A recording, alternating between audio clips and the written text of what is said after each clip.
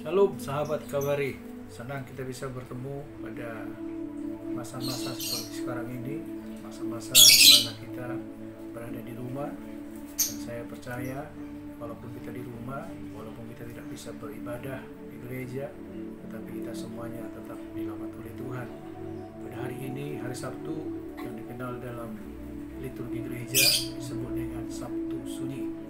Ya, kemarin kita merayakan Jumat Agung, yaitu di mana kita memperingati karya penebusan dan keselamatan yang Tuhan lakukan untuk menebus dosa-dosa kita dan untuk menyelamatkan manusia.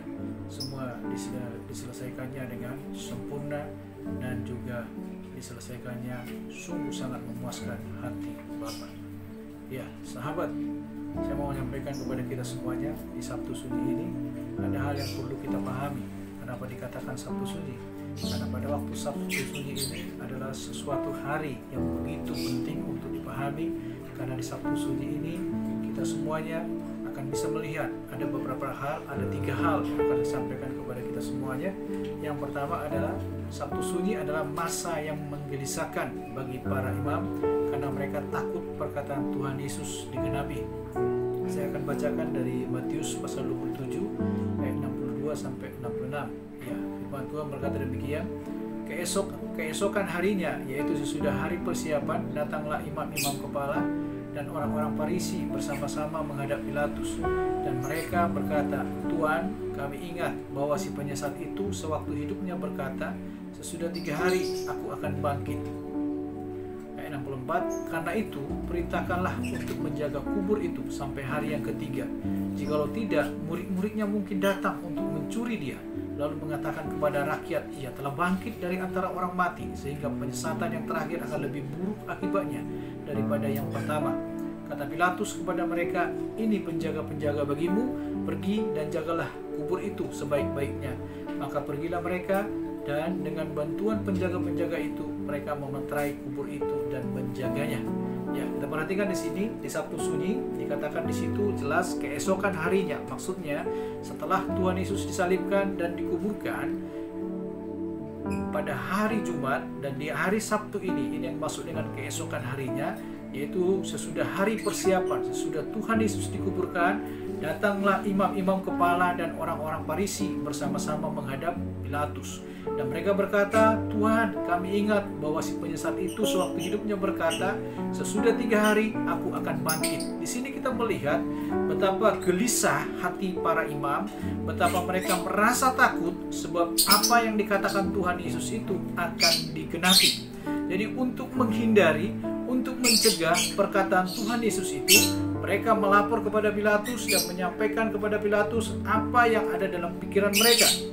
Dan karena kegelisahan hati mereka ini, mereka meminta kepada Pilatus supaya mereka diberikan penjaga untuk menjaga kubur itu dan supaya kubur itu dimeterai. Dan saya mau berkata kepada kita, Bapak Ibu yang dikasih Tuhan, bahkan di situ mereka sempat berkata dalam ayat 64, karena itu perintahkanlah untuk menjaga kubur itu sampai hari yang ketiga. Jikalau tidak, murid-muridnya mungkin datang untuk mencuri dia, lalu mengatakan kepada rakyat, ia telah bangkit dari antara orang mati, sehingga penyesatan yang terakhir akan lebih buruk akibatnya daripada yang pertama. Saya mau berkata kepada kita semuanya, dan kita harus melihat dari sisi yang sebenarnya, bahwa sebenarnya rasa takut, kegelisahan yang dialami oleh para imam ini membuat mereka berkata-kata yang tidak benar dan membuat mereka menuduhkan atau memfitnah murid-murid yang pada waktu itu sebenarnya mereka sudah pada takut semuanya untuk keluar dari rumahnya, dan mereka sudah tidak berani, satu orang pun tidak ada yang berani keluar karena mereka takut jangan-jangan mereka juga akan bakalan ditangkap oleh pasukan Romawi.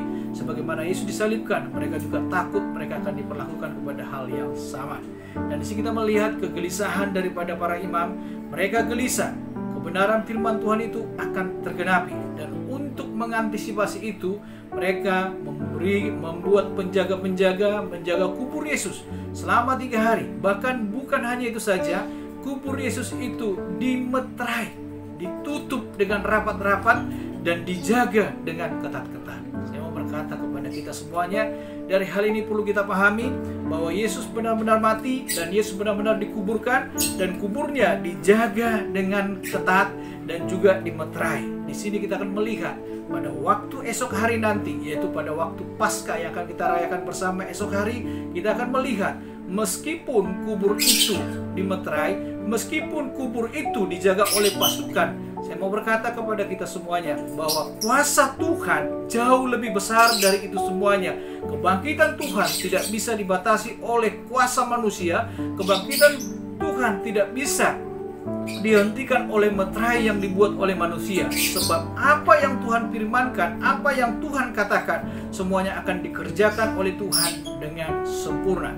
Nah, di masa Sabtu Sunyi ini perlu kita melihat bahwa ada peristiwa-peristiwa yang perlu kita perhatikan dengan seksama, bahwa sebenarnya ketika semua orang sedang berduka, ketika murid-murid sedang berduka, nah, para imam justru mereka melakukan tindakan-tindakan untuk mengantisipasi supaya Yesus itu tidak diambil atau tidak dicuri, tidak bangkit dari kubur. Dan saya mau berkata kepada kita, pandangan itu salah semuanya. Sebab kebangkitan Tuhan bukan karena bantuan manusia, tetapi kebangkitan Tuhan hanya oleh karena kuasa Tuhan itu sendiri. Maka Tuhan Yesus bangkit dari kematian. Yang kedua, di masa Sabtu Sunyi yang perlu kita pahami adalah masa duka atas kematian Tuhan Yesus yang membuat suasana hati begitu kehilangan dan membuat diri bersembunyi dan ketakutan. Saya baca ayatnya kepada kita dari Yohanes 20 ayat 19a. Ketika hari sudah malam, pada hari pertama minggu itu, berkumpullah murid-murid Yesus di suatu tempat dengan pintu-pintu yang terkunci karena mereka takut kepada orang-orang Yahudi. Yang kedua, kita melihat dari sisi murid-murid. Semua murid-murid Tuhan di Sabtu Sunyi, ketika Tuhan Yesus sudah mati di atas kayu salib, ketika Tuhan Yesus sudah dikuburkan, keberadaan murid-murid pada waktu itu, mereka semuanya bersembunyi. Mereka semuanya ada dalam satu rumah. Mereka bersembunyi dengan pintu-pintu yang mereka kunci dengan baik sekali, karena mereka sangat takut kepada orang-orang Yahudi. Di samping duka yang mereka alami karena kematian Tuhan Yesus, karena mereka kehilangan Tuhan Yesus yang mereka sangat kasihi dan yang mereka idolakan, yang mereka andalkan, yang mereka menjadi pemimpin mereka untuk mengatasi segala sesuatu, bahkan untuk berhadapan dengan para imam-imam, ahli Taurat, orang Farisi, dan juga pasukan Romawi. Sekarang Tuhan Yesus yang mereka andalkan itu sudah tidak ada, sudah mati di atas kayu salib untuk menebus dosa-dosa kita, dan sudah dikuburkan. Dan ini yang membuat mereka akhirnya mereka mengalami duka. Dan duka mereka adalah duka yang sangat dalam. Dan duka yang sangat dalam inilah membuat mereka menjadi takut dan bersembunyi. Dan karena mereka semakin takut dan bersembunyi, dan mereka sampai-sampai bisa kita bayangkan seperti kehilangan akal. Kenapa kehilangan akal? Sampai-sampai kebenaran firman Tuhan satupun tidak ada lagi yang kira-kira bisa mereka ingat. Sebab nanti kita bisa melihat ketika Tuhan Yesus bangkit, satu persatu murid-murid itu tidak yakin dengan kebangkitan Tuhan Yesus. Satu persatu murid-murid itu tidak yakin bahwa Tuhan Yesus sudah bangkit. Seolah-olah apa yang dikatakan Tuhan Yesus kepada mereka, pada hari yang ketiga aku akan bangkit, itu menjadi hilang dari pikiran mereka. Itu semuanya disebabkan oleh karena duka yang sangat dalam, dan yang membuat mereka menjadi takut dan mereka bersembunyi. Dan saya mau berkata kepada kita, di Sabtu Sunyi ini kita perlu memahami, memang kita kehilangan Tuhan Yesus karena kematiannya. Memang kita kehilangan Dia, tetapi jangan kita berlarut-larut. Tetapi kita harus mengerti bahwa kematian Tuhan Yesus bukan untuk kedukaan bagi kita. Sebenarnya kematian Tuhan Yesus adalah sesuatu yang membuat kita menjadi sukacita. Kenapa? Karena kematian Tuhan Yesus adalah untuk menebus segala dosa-dosa kita dan untuk menyelamatkan kita yang percaya kepadanya. Yang ketiga, Sabtu Sunyi adalah masa untuk merenungkan betapa luar biasa dan sempurna karya penebusan dosa dan keselamatan manusia yang dikerjakan oleh Tuhan Yesus. Saudara masih ingat perkataan Tuhan Yesus ketika Dia sudah menyelesaikan semuanya, mulai daripada proses penangkapannya, penganiayaannya, bahkan juga sampai ketika Dia mengiring salib, di jalan Golgota, sampai kepada puncak Golgota, semua dilakukannya dengan sempurna. Ketika dia disalibkan, ketika paku menusuk kedua tangannya dan juga kakinya, dan mahkota duri tetap di atas kepalanya, dan salibnya dinaikkan di atas. Dan kita mengetahui bersama perkataan Tuhan Yesus yang mengatakan sudah selesai. Dengan kata lain, saya mau berkata kepada kita semuanya dikerjakan Tuhan dengan sempurna.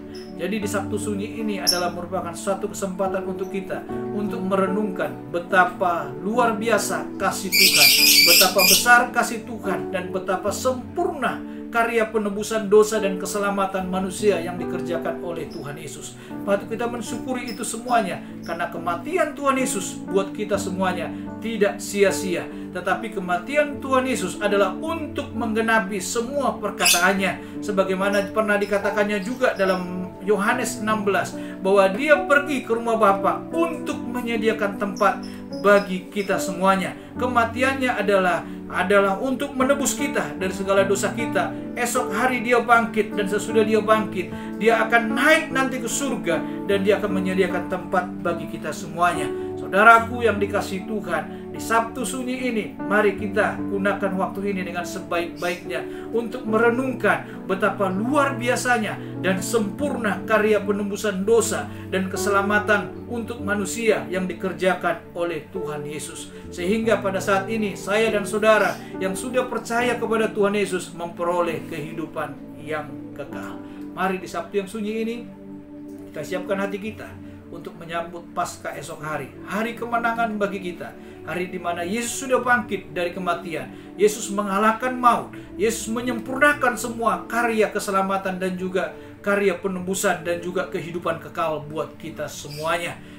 Kita persiapkan hati kita dan kita sambut Paskah esok hari dengan hati dan hidup yang luar biasa, karena kita semuanya bangkit bersama dengan kebangkitan Kristus. Shalom, Tuhan memberkati kita semuanya.